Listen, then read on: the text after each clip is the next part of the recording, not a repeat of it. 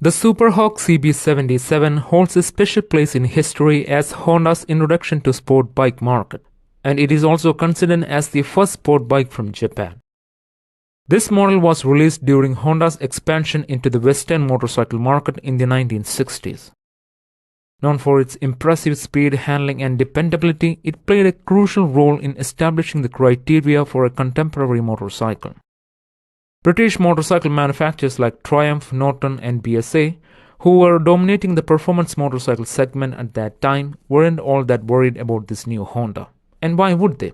After all, the Japanese were only known for building small capacity commuters. Well, they should have, because the Superhawk marked the beginning of the end of the British supremacy in performance motorcycling. The Superhawk was better than its British counterparts in every way. Let's take the 305cc parallel twin engine for example. This engine featured an overhead camshaft while most of its competition was using push rods. It had an all-alloy construction. All moving parts run on either roller bearing or ball bearings. The crank is constructed with pressed-in crank pins and main journals, allowing for the use of roller bearings. The connecting rods are one piece without a detachable cam. The crankshaft is supported by multiple bearings, and the camshaft drive uses a single chain and sprocket which is located at the center of the crank. This kind of engine architecture were only reserved for race bikes back then. Honda took their racing experience and applied it to a street motorcycle, and it clearly showed in its specs. Normally, it's not fair to expect much from a 300cc engine from the 60s.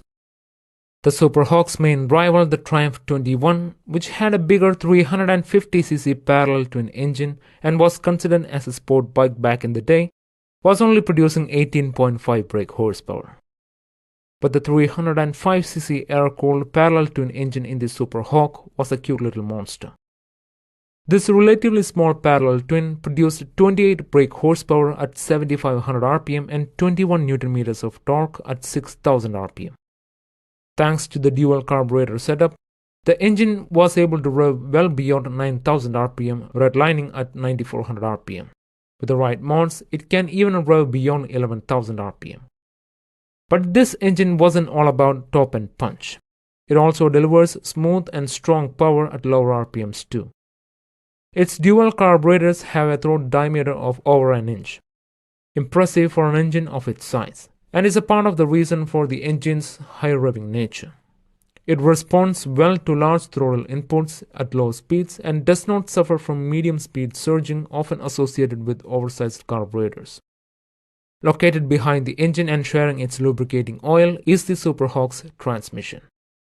It uses a single row chain and an oil bath multiplate clutch to transmit the power to the rear wheel.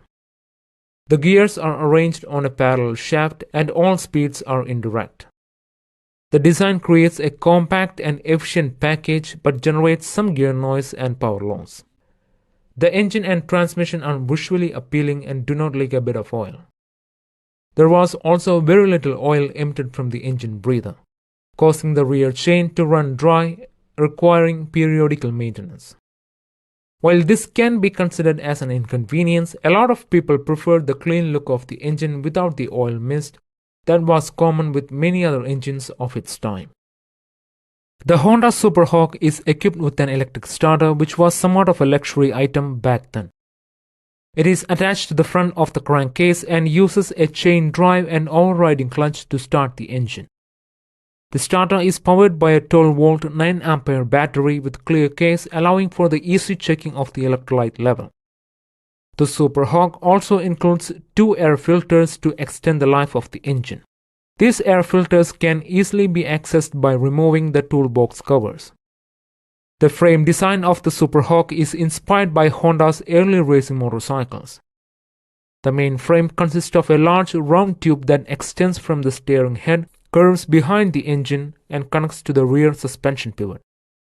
Smaller tubes reinforces this structure and provides additional support, attaching to the top of the cylinder head and extending up to the main tube before branching out under the seat and connecting to the shock mounts. The suspension system of the Superhawk was a step forward from Honda's typical front leading link design. It incorporates telescopic forks at the front and dual shock absorbers at the rear. Both front and rear suspension uses oil-damped coil springs, with the rear units also adjustable to accommodate different loads. The frame design is highly efficient with minimal weight and complication and is extremely strong. The engine is easily accessible for servicing without interference from other structures. The ergonomics are on point and is designed with the rider's comfort and control in mind. The handlebars are flat and low. The foot pegs have 3 adjustable positions.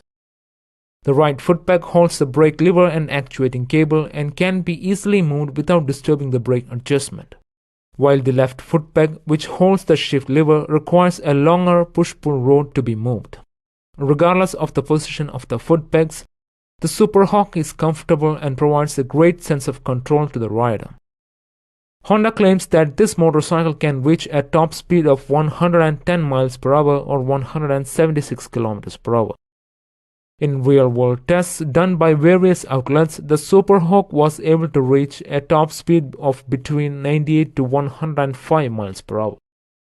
Although the actual top speed varies in different test reports, everyone unanimously agreed that the Superhawk's impressive acceleration towards the top speed number gives it a competitive edge in quarter-mile races.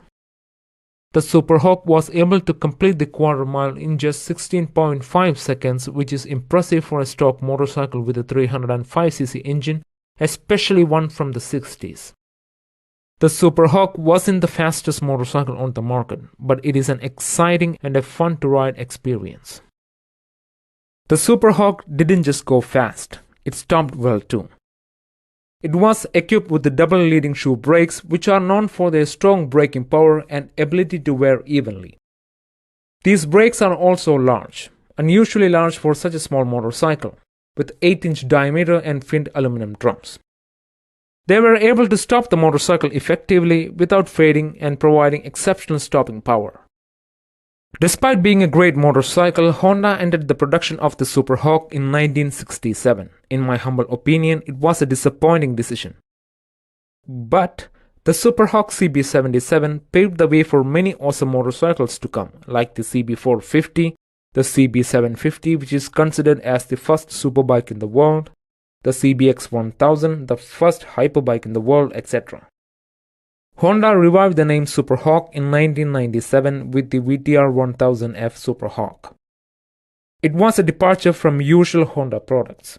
Instead of a high-revving inline 4, it featured a Ducati-esque 996cc V-twin. The Superhawk was well received among the enthusiasts and stayed in production until 2005.